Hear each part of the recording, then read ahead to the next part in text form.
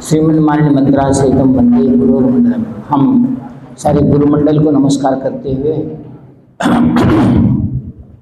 परम पूज्य सदगुरुदेव परमहंस स्वामी निखिलेश्वर सदगुरु जी की चरणों में प्रणाम करते हुए आज का यह कार्यक्रम आरंभ करते हैं।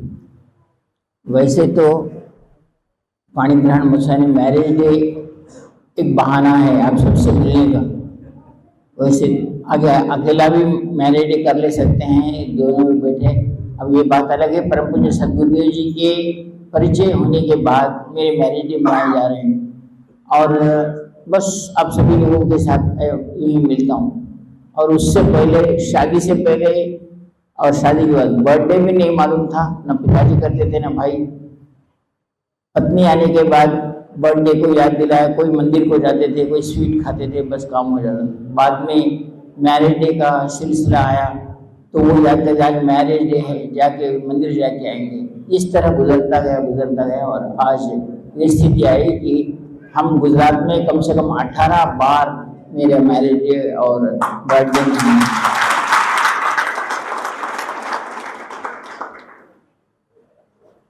इसके पीछे ऐसा ही कारण नहीं है कि मैं, सब लोग पूछते हैं गुरु जी क्यों मैरिज डे और बर्थडे आप गुजरात में ही मनाते हैं।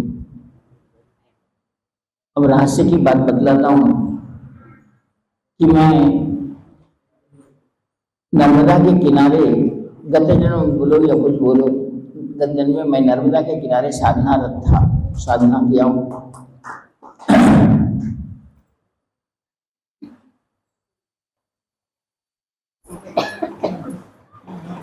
और वो साधना जहाँ तक किया हूँ, गुजरात की जो बाउंड्री है, नर्मदा के 2 किनारों पर भी मैं साधनारत था और साधना करते करते आया। और इससे मेरा लगाव यही नहीं, वैसे भी घूमा तो बहुत हूँ, पूरा भारत भी आज भी घुमा हूँ, जम्मू कश्मीर से लेकर कन्याकुमारी तक हो या इधर गुजरात से लेकर इधर उड़ीसा तक हो। लेकिन लगाव ये था कि पहली बार मेरा जन्मदिन उस जमाने में एक संत थे जिनका नाम था रामचरण सिंह, और वो नर्मदा किनारे एक बार बैठे बैठे उन्होंने कहा था कि एक बार मुझे वचन तो दो। बोला किसका है, किस तरह का वचन? कुछ नहीं, मैं आपका जन्मदिन मनाऊं, मैं नर्मदा के किनारे बैठा हुआ था। बोला मैं तो जन्मदिन वगैरह कुछ नहीं मनाता। तो उन्होंने कहा कि आप सिर्फ मुझे दो, क्योंकि मैं अगला जन्म लेने वाला हूँ। मैंने कहा कि तो अगला जन्म ले ले, तब मैं जरूर नर्मदा के किनारे मेरा जन्मदिन मनाऊंगा। आज 18 साल हो गए मैं जन्मदिन मना रहा हूँ। वो व्यक्ति कौन है वो तो नहीं बतलाना चाहता, लेकिन वो व्यक्ति इस गुजरात के साधकों के पीछे खड़ा हुआ है और मेरा जन्मदिन और ये मैरिज डे।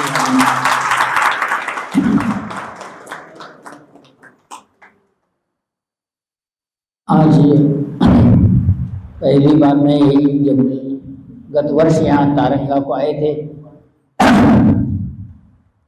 यहाँ के साधकों ने मुझे लेके आया था, तो मुझे वो पुराने दिन याद आ गए कि हाँ यहाँ कभी हम आके गए थे।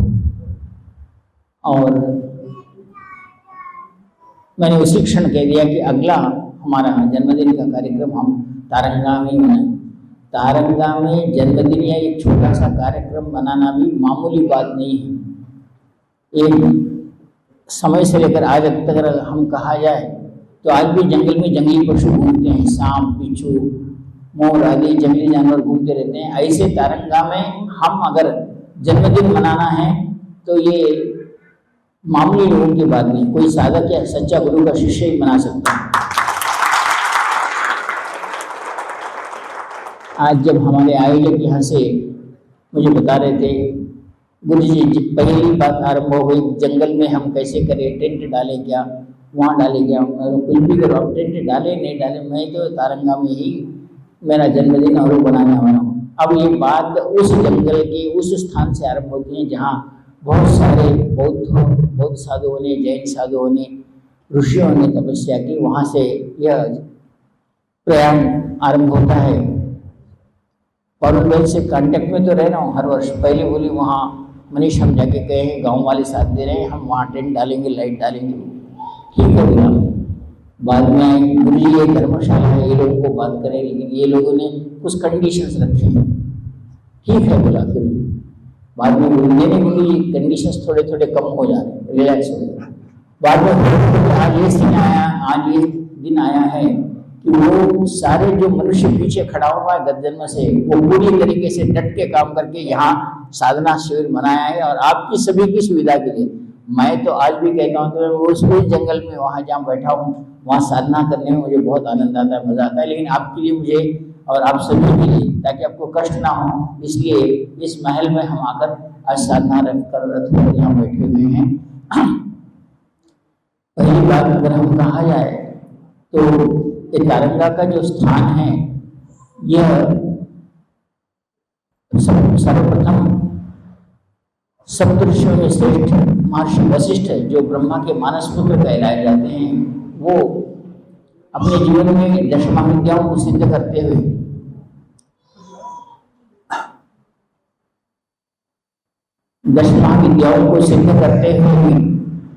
उन्होंने बहुत तपस्या की। और जब तारा महाविद्या की बात आई तो उन्होंने अपने जीवन के 1000 वर्ष सनातन मंत्र से तपस्या करते हुए गुजारे, लेकिन उनको तारा सिद्ध ही नहीं हुई।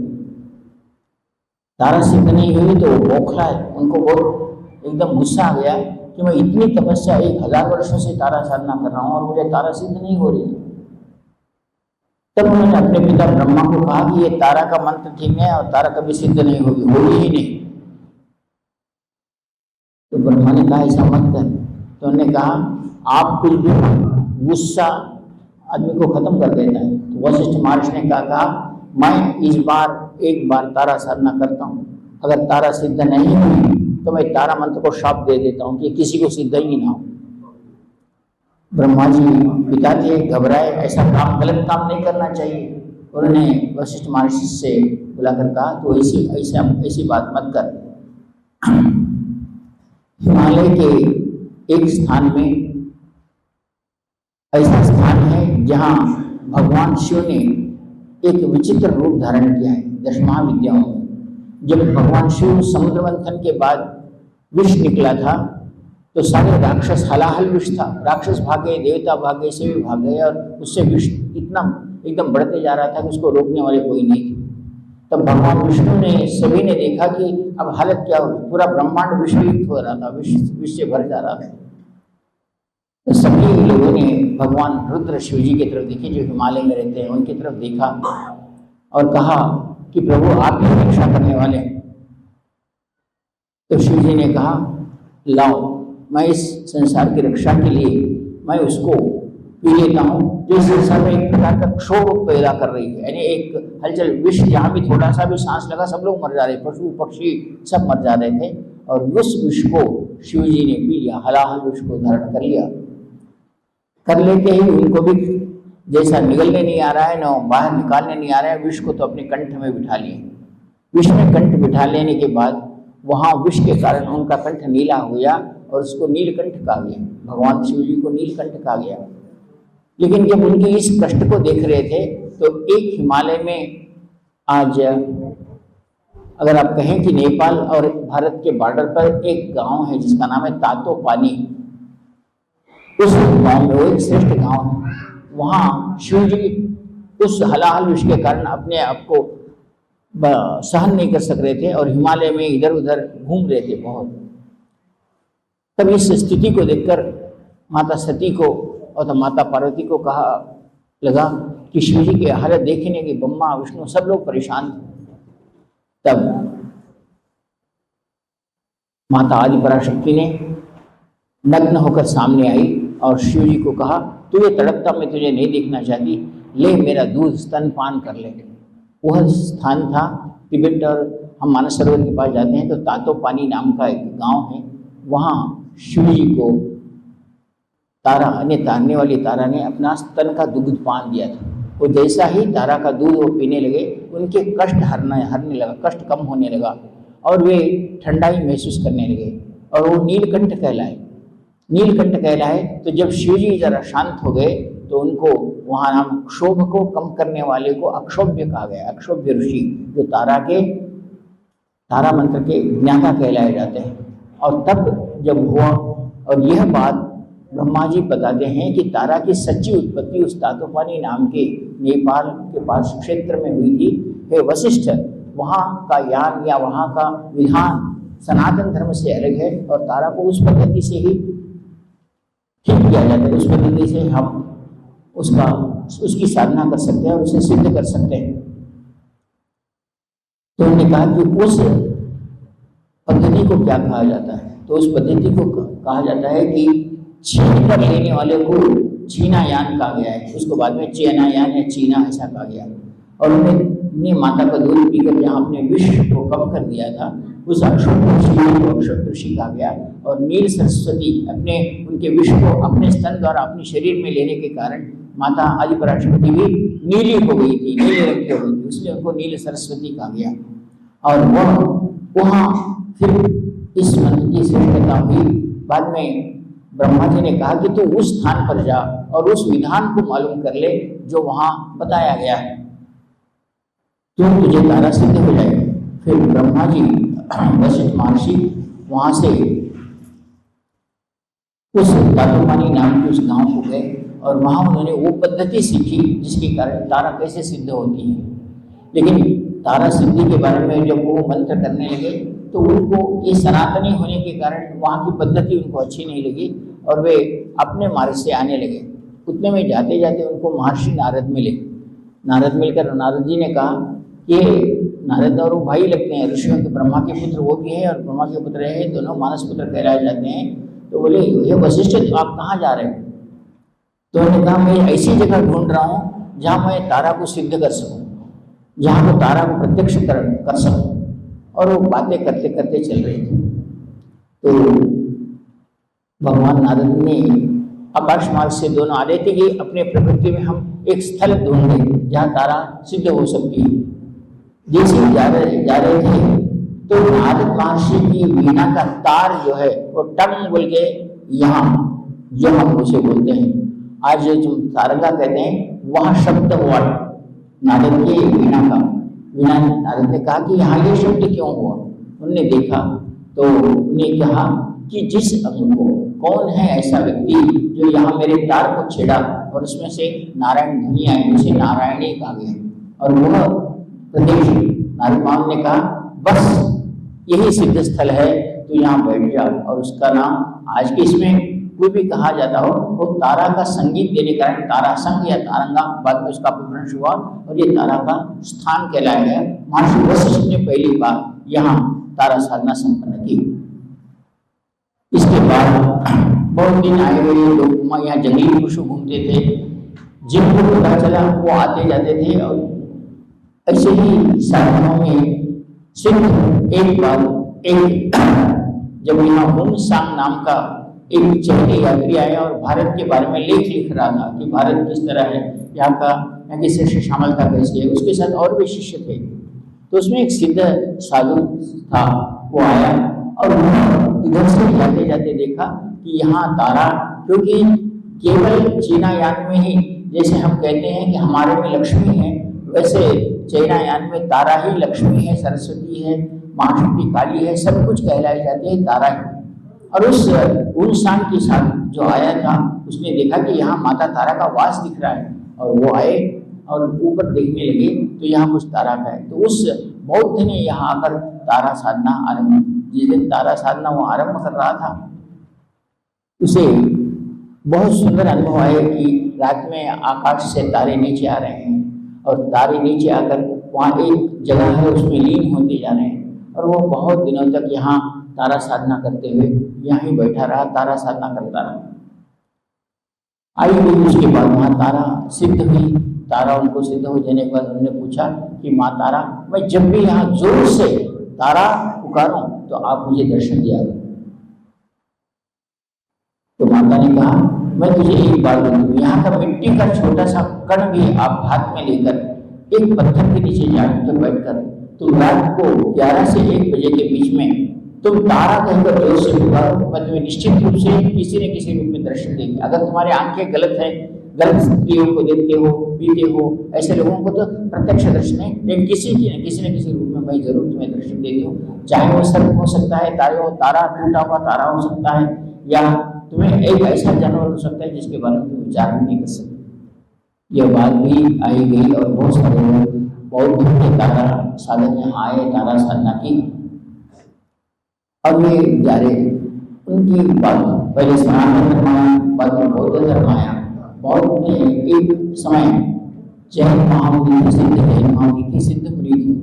वे यहाँ से जाते जाते उन्होंने देखा कि बहुत सिद्ध क्षेत्र है और उन्होंने पहली बार वहाँ आकर एक रात उन्होंने वास किया और उनको लगा कि मेरी पद्मावती यहीं है और उन्होंने लोक कल्याणार्थ वहाँ पद्मावती साधना संपन्न की जो जैन मुनि थी।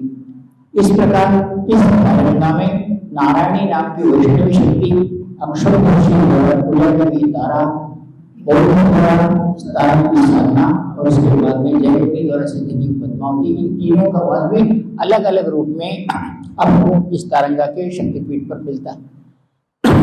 इतनी बात अवश्य है कि जो कोई भी धैर्यवान व्यक्तित्व अकेला उस रात में जाकर अगर वहां बैठकर 3 दिन केवल दूध पीकर साधना करता है तो उसको शक्ति के रूप में निश्चित रूप से तारा दर्शन देती है और उसके जीवन में कभी पैसों की या इसकी कमी नहीं होती।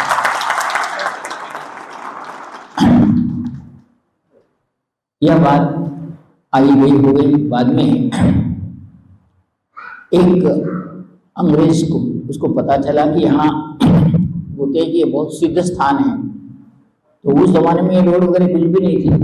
वो बहुत दूर से आया और उस जंगल की तरफ जाने लगा। उसको बहुत पार्लियामेंट ने लिखा था कि यहाँ तारा सिद्ध होती है। वो बहुत पढ़ लिखते हुए आया और उसने देखा कि यहाँ कैसी सिद्धि होती है, देखेंगे। वो उस समय में जंगली पत्थर को चढ़ते उतरते आया तो एक जगह दिखता क्या है कि 2-4 शेर खड़े हुए।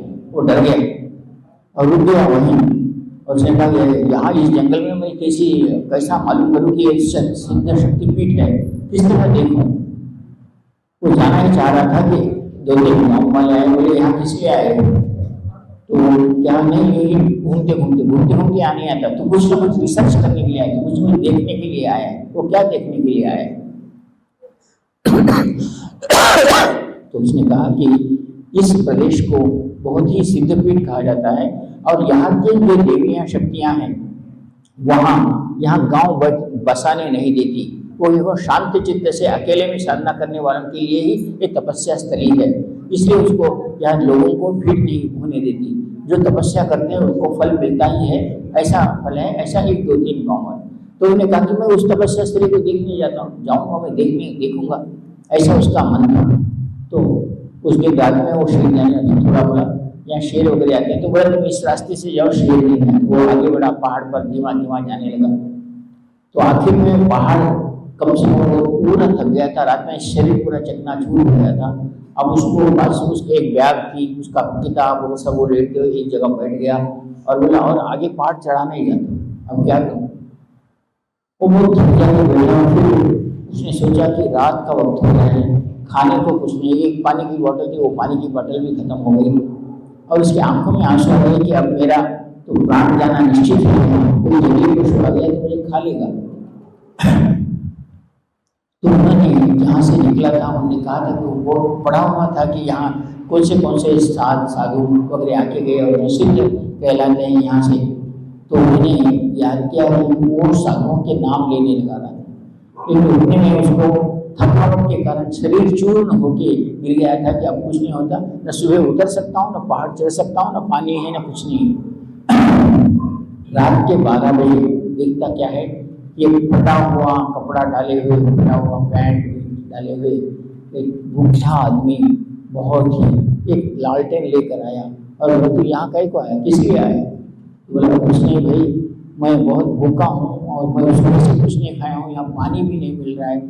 तो बोले यही मेरी झोपड़ी है, चल झोपड़ी में जाने के बाद मैं तुझे रोटी आदि सब खिला दूंगा। वो गया तो उन्होंने कहा बहुत अच्छा। तो बोला मुझे चलना नहीं हो रहा है। तो उसने एक पगडंडी से उसका हाथ पकड़कर झोपड़ी तक ले जाने के बाद उसने उसको बिठाया। बहुत ठंड रहती थी तो उसने उस रात में उसको गरम चाय दी और उस जमाने में उसने जो उसके साथ रोटी बनती थी वो रोटी खाने को दी। तो रोटी जैसा ही खाया, गरम दूध या चाय कुछ भी पिया, उसको गहरी नींद आ गई। वो सो गए। तो सुबह उठा तो देखा कि वो उस आदमी को थैंक्स बोलते, शुक्रिया अदा करे कि जिसने मेरे को चाय पिलाया, रोटी पिलाया। वो दिखता क्या है कि वो जो जहाँ सोया हुआ है वहाँ कुछ नहीं, ये पत्थर है और वो पत्थर पे सोया। वो तो बोला था मैं रात में झोपड़ी में सोया हुआ था। अब वो देखने लगा कि यार झोपड़ी तो नहीं दिख रही, मैं रात में यहाँ गारंटी के साथ झोपड़ी में सोया हूँ। उसने चूल्हे पर मुझे दूध पिलाकर, रोटी बनाकर खिलाई, वो आदमी कहाँ है? वो ढूंढने लगे। इतने में सुबह चरवाहे जो अपने पशु पक्षियों को लेकर, पशुओं को लेकर आते हैं, वो जा रहे थे। अरे भाई बोला यहाँ ये रात में एक झोपड़ी थी, उन्होंने चाय पे, तो बुढ़ा कहाँ है? वो हंसे, बोले यहाँ कौन सा बुढ़ा रहता है इस जंगल में रात में, तुझे क्या है? तो उन्होंने कहा कि नहीं नहीं मुझे था मुझे। तो वो हंस के कहने लगे कि यहाँ एक बौद्ध साधु रात में घूमते हैं, जिसको भी कष्ट होता है, जिसको भी तकलीफ होती है, उसका नाम लेते हैं, वो आके उसकी सहायता करता है। आज भी नालंदा में अकेले साधना करने वाले को वो साधु दर्शन देते हैं, अगर उसके जीवन में कुछ कष्ट आए तो।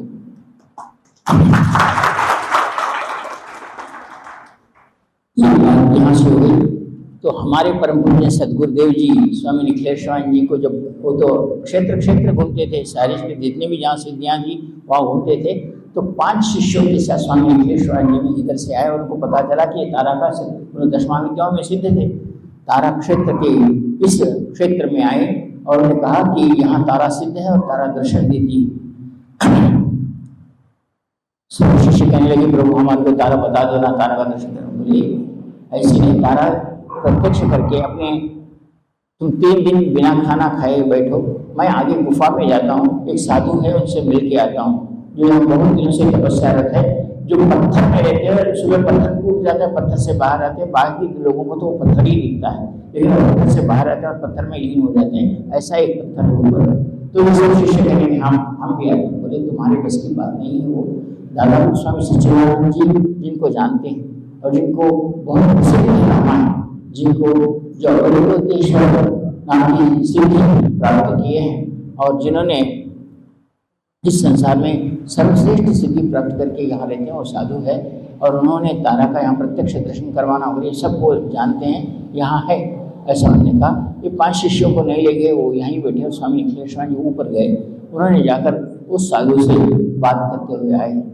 अब सब शिष्य कहने लगे प्रभु आपने तो उनको देखा है, आप इतना तो बताओ यहाँ कौन सी तपस्या करने से वो साधु तो कम से कम, तारा तो दूर की बात है, वो साधु तो दर्शन दे, तारा सिद्ध है, जो पत्थर में रहते हैं और पत्थर से बाहर आते हैं, उस साधु, तो उन साधु के बारे में तो बताओ। तो गुरु जी कहने लगे तुम्हें बताता हूँ, लेकिन एक शर्त पर, यह है ये शर्त की, जहाँ उपवास के साथ तुम यहाँ 3 दिन रहोगे तो ही वो साधु का दर्शन होगा। और उस साधु का नाम था, मैं बोले से तातोपानी नाम से, नाम के उस क्षेत्र से नेपाल से आए हुए थे। और उनका मंत्र या उनका नाम था, आज भी उस मंत्र को अगर अकेला आदमी जाकर साधना करते हुए करता है, इस मंत्र को बोलता है एक माला, तो वो साधु निश्चित रूप से उसके संकट में आकर देते हैं। जो तारा सिद्ध साधु है, अदृश्य रूप से आज भी आते हैं। मंत्र नहीं बोलना चाहिए, फिर भी आप सब इतनी दूर आए नहीं यहाँ रहते हैं, तो मंत्र बोलता हूँ। मंत्र है ओम, ओम नहीं लगाना, पा में ऐ ओम, पा में ओम, पा में ऐ ओम को पा में ओम कहा गया है। वो साधु इस मंत्र को बोलते हैं, रोंगटे खड़े हो जा रहे हैं, उनका नाम लेते हुए सिद्ध होकर कहाँ जहाँ भी रहे, इस तरंगा के इस क्षेत्र में कहीं भी आकर दर्शन देते हैं। अब ये बात उन्होंने सभी लोगों ने इस बात को परखा, बहुत सारे लोगों को उनका दर्शन भी हुआ ज्योति रूप में। अब आपको ऐसा लगता है कि इस मंत्र को करें तो आपको पहाड़ के ऊपर कहीं ना कहीं दीप जलता है, ऐसा दिखता है। पहाड़ पर आप देखते रहो, या फिर तारा टूटा हुआ तारा नीचे आते हुए दिखता है। यहाँ आप सभी लोगों ने, मैंने सुना हरीश और उनके मित्र सभी ने 3-3 दिन लेकर साझा किए। अगर निश्चित रूप से आप आकाश की तरफ देखकर करते हैं तो पहाड़ पे ओरिजिनल तारा मंत्र देखते हुए देखते हैं तो आपको दीपक के रूप में या तारा टूटते हुए, या तो नहीं तो मणिधारी सांप के रूप में यहाँ दर्शन निश्चित रूप से तारा का होता ही है। एक बात भी आई हुई होगी, तो एक बार सभी लोग बैठे हुए गुरुजी से पूछ रहे थे कि गुरुजी अपने पूरे भारत में तारा शक्तिपीठ बहुत सारे हैं, तो तारा शक्तिपीठ जो है बौद्ध धर्म को या बौद्ध मत को ग्रहण करने वाले सम्राट अशोक ने बौद्ध मत का बहुत प्रचार किया था, और जिनको बौद्ध मत की श्रेष्ठता थी वो सब बौद्ध मत, हम कलिंग देश जो आज का उड़ीसा कहलाया जाता है, उधर जितने भी देखो बहुत सारे उग्र तारा, तारा तारिणी, तारा शक्तिपीठ, जहाँ वामाक्षेपा भी तारा है, उधर सब तारा, और वो बौद्धों की तारा वही कहलाती है ज़्यादा से ज़्यादा। तो गुरुजी सब तारा शक्तिपीठ के बारे में, वामाक्षेपा जो पंचमुखी आसन पर बैठकर साधना करते हैं उनको तारा लक्ष्मण, और तारा को खाना भी खिलाते थे, ऐसे वामाक्षेपा नाम के तारा सिद्धि वाले योगी सिद्ध होकर करेंगे। उसके बाद तारा करने में जो सिद्ध हुए, जिन्होंने सिद्धियाँ प्राप्त की, गुरुजी इन सभी को बताते बताते गुरुजी फिर अपनी आंखें मूंद ली और बोले, गुरुजी आगे रुक क्यों गए? ये और एक स्थान है जो गुजरात में है, जिसे तारंगा नाम से जाना जाता है, जहाँ पामेहुम नाम के सिद्ध पुरुष वहाँ हैं, और वहाँ तारा पद्मावती देवी और नारायणी लक्ष्मी के रूप में दर्शन निश्चित रूप से देती है। वहाँ तुम कितनी भी कोशिश करो कि हम 1000 लोग जाकर साधना करें या हम एक गांव जाकर बसाएं, गांव वहाँ बसने नहीं देती, क्योंकि वो वहाँ की शक्ति है, वहाँ लोगों को भगा देती है, बैठने नहीं देती। 1000 लोगों को या गांव वहाँ निवास होने ही नहीं देती उस पहाड़ पर, ऐसा गुरुजी ने कहा।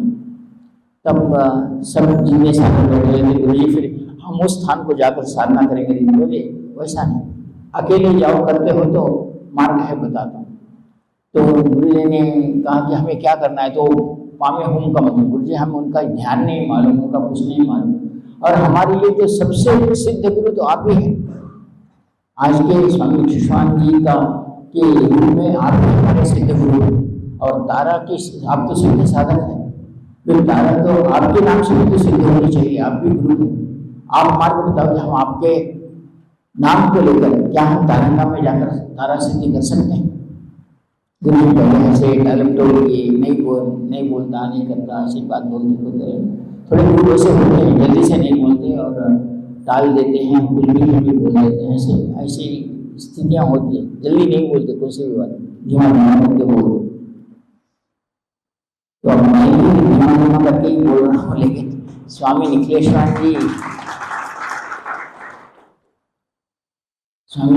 ने कहा कि मैंने वहाँ साधना करके तारा को भी देखा है, बौद्ध मुनियों को भी देखा है, जैन सिद्धों को देखा है, पद्मावती नारायणी होनी चाहिए। तो प्रभु जी ने कहा, तो हमने आपको देखा है और आपका मंत्र हमारे लिए श्रेष्ठ है, हम आपके मंत्र से वहाँ तारा की शक्ति को, तारा की देवता को हम देखना चाहते हैं। तो गुरु जी पहले नहीं बोले, एक दिन पूर्ण रूप से कुछ भी खाना पीना खाए बैठे। गुरु जी जब तक आप निखिलेश्वर जी का मंत्र नहीं देते और यहाँ हमें तारा कैसे सिद्ध होगी इसका मंत्र नहीं देते, आप हमारे लिए ब्रह्मा हैं, आप ही सप्तऋषि है, आप ही वशिष्ठ है, आप भी बौद्धों के गुरु है, आप ही लामा हैं, आप ही हमारे लिए जैन मुनि हैं, तो हमारे को जब तक आप आपका मंत्र नहीं देते, आज हम खाना पीना मंत्र नहीं खाएंगे। तो एक दिन गुरु जी भी मौन बैठे रहे और वो लोग भी मौन बैठे रहे, पूरा एक दिन हो गया। रात के 12 बजे गुरु जी को भी प्यास लगी और शिष्यों को भी प्यास लगी, तो सभी लोग प्यास लगी तो पानी के लिए घूमना चाहते, इतनी रात में जाए तो कहाँ जाए। तो गुरु जी पहाड़ पर बैठे हुए उन्होंने कहा, सभी को पूछा प्यास लगी है? हाँ, उन्होंने कहा हाँ मुझे प्यास लगी। तो गुरु जी ने एक छोटा सा पत्थर था, कहा इस पत्थर को उठाओ। पत्थर को उठाए और स्वामी निखिलेश्वर ने कहा, अपना हाथ रखकर वरुण मंत्र को बोला और वहाँ उस गड्ढे में पानी आया। इतना सुंदर पानी, शिष्यों ने कहा कि ऐसा पानी नहीं। आप में चलने की शक्ति नहीं है या हमारे में नहीं, ये बात अलग है, लेकिन आज भी पहाड़ पे आज भी वो पानी है जिसने स्वामी निखिलेश्वर जी ने उस पानी को अपने हाथों से सृष्टि की थी। जो पहाड़ पे पानी आना ही दुर्लभ है, लेकिन पहाड़ पे पानी है और स्वामी निखिलेश्वर ने उसकी सृष्टि की थी। ऐसा आप अगर स्वामी निखिलेश्वर जी की पुस्तक निखिल चिंतन में देखते हैं तो इस बात का उल्लेख किया। बाद में गुरु ने सभी लोग पीछे पड़ गए, तो गुरु ने उस मंत्र को भी देना बंद कर दिया। लेकिन मैं आपके साथ बैठा हुआ हूँ और तारंगा में आया हुआ हूँ, तो मैं चाहता हूँ कि उस निखिलेश्वर मंदिर को जो भी साधक 100 माला करके उस तारंगा पीठ में जाकर अकेला बैठ जाता है, तो निश्चित रूप से याद रखो स्वर्ण तारा सिद्ध होगी ही होगी, जो निखिलेश्वर का मंत्र।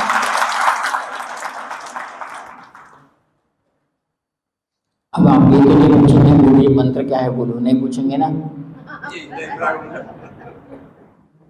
पूछेंगे नहीं पूछेंगे? तो पहले गुरु दीक्षा ले लो, बाद में मंत्र बोलता हूँ। सभी लोग गुरु दीक्षा ले लो, हाथ जोड़ो, मैं जैसा कहता हूँ कहो। बोलो स्वामी श्री सच्चिदानंद सद्गुरु प्रियम श्री निखिलेश्वरानंद स्वामी मम सद्गुरु गुरु ब्रह्मा गुरु विष्णु गुरुदेवो महेश्वर गुरु साक्षात परब्रह्म तस्मै श्री गुरुवे नमः। आपका बायां हाथ हृदय पर रखो, राइट हैंड सर पे रखो, मंत्र बोलो। बोलो ओम परम तत्वाय नारायणाय गुरुभ्यो नमः। ओम परम तत्वाय नारायणाय गुरुभ्यो नमः। ओम परम तत्वाय नारायणाय गुरुभ्यो नमः। ओम ह्रीं मम प्राण देह रोम प्रतिरोम चैतन्य जाग्रे ह्रीं ओम नमः। ओम गुरुदेवताय विद्महे परब्रह्माय धीमहि तन्नो सद्गुरु प्रचोदयात्। सही बात यह है कि 8 दिन पहले ही समझता हूँ, मैं और माता जी हम बेलगांव से लेकर दावणगेरे हुबली गए। हुबली वहाँ एक डॉक्टर साहब ने उनके हॉस्पिटल का इनाग्रेशन के लिए बोला, उन्होंने खाना पीना ही छोड़ दिया था। आप आए हॉस्पिटल ओपन करे तो बस है, नहीं तो मैं खाना ही नहीं खाता। अब मेरे को कितना बिजी रहने पर भी फ्लाइट से उनके पास जाना ही पड़ा और हम रात में रहे, सुबह हमने इनाग्रेशन किया। इनाग्रेशन करते ही अब माता जी बैठे बैठे बोल रही थी तारा वहाँ तारंगा में क्या है। जैसे मैं बोला वहाँ वो बौद्धों की तारा है, जब तक लामाओं का वस्त्र नहीं पहने। हमारे गुरु जी कहते हैं पिंक कलर पहनो, तारा का साधना करो, सरस्वती सफ़ेद वृक्ष पहनो, वो पहनो, ये पहनो। वहाँ अगर ऐम पामे ऐम हूँ इस मंत्र का जप करना है तो आपको लामा के वस्त्र एक से ऊपर नीचे बीच में कुछ भी पहनना नहीं। और जो इस मंत्र को रात में बैठकर 51 माला करता है तो उस तारा सिद्ध साधु जो पामे ऐम हूँ है वो दर्शन देते हैं। तो माता जी कहने लगी अब कहाँ से, परोल बहन को फ़ोन करिए, एक लामा ड्रेस सिलाओ। हमारे इस नेहा को बोली एक ड्रेस सिलाओ। हम ऐसा ही दोनों बात करते हुए नीचे उतरे, होटल के नीचे उतरे तो उतने में क्या देखे हैं कि वो लामा ड्रेस देखकर तीनों बौद्ध साधु आ रहे हैं। बौद्ध साधु आ रहे, मैं देख के सामने गया और आप जरा रुको। पहले तो परेशान हो गए कि मैं क्यों रुकूं। बोले क्या है बोले बात करने के लिए। नहीं उनसे बात नहीं करना। एक बोल रहा है, बोला बात नहीं करनी। बोला अच्छा बात करनी क्या है। कुछ नहीं, हम एक बौद्ध क्षेत्र को तारा साधना करने जा रहे हैं, तो हमारे को ये बताओ कि तुम्हारा सेम ऐसे ही वाला लामा वस्त्र हमें चाहिए, एक स्त्रियों के लिए एक पुरुषों के लिए। हम वो लामा वस्त्र से पहन के इस तारा के सिद्ध गुरु को हम सिद्ध करना चाहते हैं। आपका ये वस्त्र चाहिए, उसमें पहला वाला भी ऐसा, दूसरा भी वाला, तीसरा भी वाला।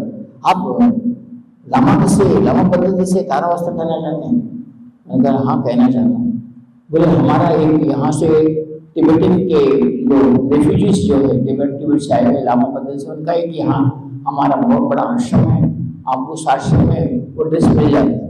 मैं बोला उसको बोला गुरु जी यहाँ से 50 किलोमीटर दूर। तो मैं बोला विनायक तुम्हें क्या भी करना है, मैं तारंगा जा रहा हूँ, तारंगा जाने से पहले मुझे लामा ड्रेस चाहिए। अब उसने इमीडिएट दूसरे दिन गया, जाकर लामा ड्रेस पैक करके भेज दिया। और लेके इसलिए आया कि यहाँ मैं तीनों पद्धतियों में, जैन पद्धति में माता पद्मावती की, नारायणी पद्धति में नारायण महालक्ष्मी की, और चीनायन पद्धति में तारा की, तीनों का दर्शन लेना ऐसे मेरी थी। अब कैसा भी 3 दिन रह रहे हैं तो उस दर्शन को लेके ही करेंगे, ऐसा मेरा आज पहला दिन है। इसलिए पहले माता पद्मावती हम जिस स्थान पर बैठे हैं वो जैन योगियों का, मुनियों का स्थान है, सिद्धों का स्थान है। तो पहले पद्मावती माता को आह्वान करेंगे, दूसरे दिन तारा का और तीसरे दिन नारायणी देवी का आह्वान करते हुए इन तीनों का दर्शन लेके हमारे जीवन को उन ऋषियों के भांति, जैसे वशिष्ठ महर्षि है, प्रभु सदगुरुदेव परमहंस स्वामी निखिलेश्वर जी है और अनेकानेक संत महात्मा संत साधु हैं, उन तीनों पद्धतियों से हम इन तीनों दिन में बैठकर इनको सिद्ध करेंगे, ऐसा मैंने विचार किया। अब जैसा भी विचार करते गया ये सारी चीजें हमारे मेरे पास अनुभव। जब मुझे तिब्बत के 3 लामा मिले तो मैंने कहा तारका का इस बार शिविर सिद्ध है, तारा तो प्रत्यक्ष होने वाले, क्योंकि उन्होंने वस्त्र ला के दिए और वस्त्र हमने मंगवाए। मैं समझता हूँ बैग ही नहीं खोला हूँ, ऊपर ही जरा लेके आओ, हम बताएंगे कि हमारे पास वहां से उन्होंने पोस्ट से भेजे हैं, वो वस्त्र लेके आओ। उन्होंने पार्सल में वस्त्र भेजा, वो भी तिब्बत लामा। तो बोलो मैं यहाँ तारंगा कितने पूर्ण शक्ति के साथ आया कि माँ तारा तुम्हें दर्शन देना है। इस उससे कि मुझे देवता की साधना में सहायता कर रहे हैं, ऐसा मैं समझता हूँ। और मैं उन वस्त्रों को यहाँ आने से पहले ही 1 दिन पहले वह वस्त्र आए और मैं यहाँ आज लेके आया हूँ। तो इस क्षेत्र में अगर हम इन तीनों देवियों की साधना करते हैं तो हमारे जीवन में शायद धर्मभक्ति की हो या सिद्ध शक्तियों की हो या आकाश गमन की विद्या हो या कहीं बौद्ध क्षेत्रों की हमारे जीवन में कायाकल्प या सुंदरता की हमारे किसी प्रकार की कमी नहीं पड़ती। अगर इस सिद्ध शक्ति में साधना से करते हैं तो मैं हमारे मनीष और पारुल बहन और के आयोजक जितने हमारे इंस्पेक्टर साहब हरीश, ये सभी को अभिनंदन इसलिए करता हूँ कि उन्होंने बहुत अभी मेरा बेटा जाकर तारा के शक्तिपीठ को देखकर आया। उन्होंने कहा कि बाबा पूरी लाइटिंग कर दी है, बहुत अच्छा है और साधना कर सकते हैं। तो उस जंगल में भी मंगल बनाने वाले जिनको मैं सभी मेरे दिल से आशीर्वाद देता हूँ कि वे ऐसा ही कार्य करें। हमारे साधकों के अनुकूल जगह बनाए हैं। चाहता तो हूँ कि आज रात में ही जाकर साधना कर दूँ, लेकिन मैंने सुना है कि सभी लोग थक गए हैं, इसलिए मैं अकेला जाकर आता हूँ। आप लोग सब लोग कल आपको ले जाता हूँ, सभी को सुबह ले जाता हूँ और कल सुबह से शाम तक वहीं रहेंगी, साधना कराएंगी। आज पहले दिन पद्माओं की साधना करता हूँ, दूसरे दिन कल तारा साधना और परसों दिन नारायणी साधना रात में वहाँ बैठ के करेंगे, ऐसा समझता हूँ। इससे पहले मैं ये चाहता हूँ कि आज आप उस तीन को सिद्ध करने वाले हमारे अपने गुरु जी स्वामी निखिलेश्वर जी जो है, उन्होंने कहा था कि जो श्री तारका पीठ पर मैं जो निखिलेश्वर जी का मंत्र दे रहा हूँ उसको अगर कोई 100 माला पूर्ण करता है रात में बैठकर और वो तारका पीठ पे जाता है तो निश्चित रूप से इसको तारा पद्मावती और नारायण देवी की सिद्धि प्राप्त होती है। फिर यहाँ के रुक गए दुनिया नहीं।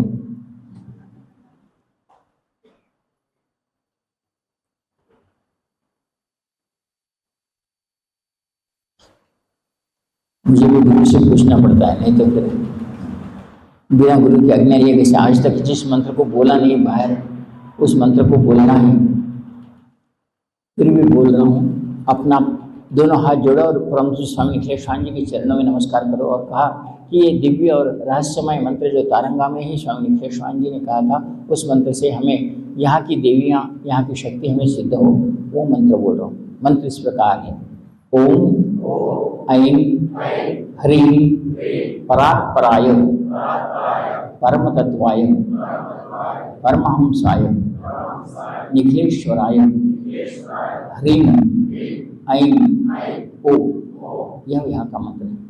इस मंत्र को जो कल तक अगर आप कोई भी 100 माला पूर्ण करते हैं इस प्रतीक माला से, तो आप निश्चित रूप से इस तारंगा में कभी भी आओ, 100 माला करके तारा शक्तिपीठ पर तारंगा पे पहाड़ पर जाओ, आपको निश्चित रूप से माता देवी दर्शन प्रदान करेगी। ये रहस्य है ना बोलना।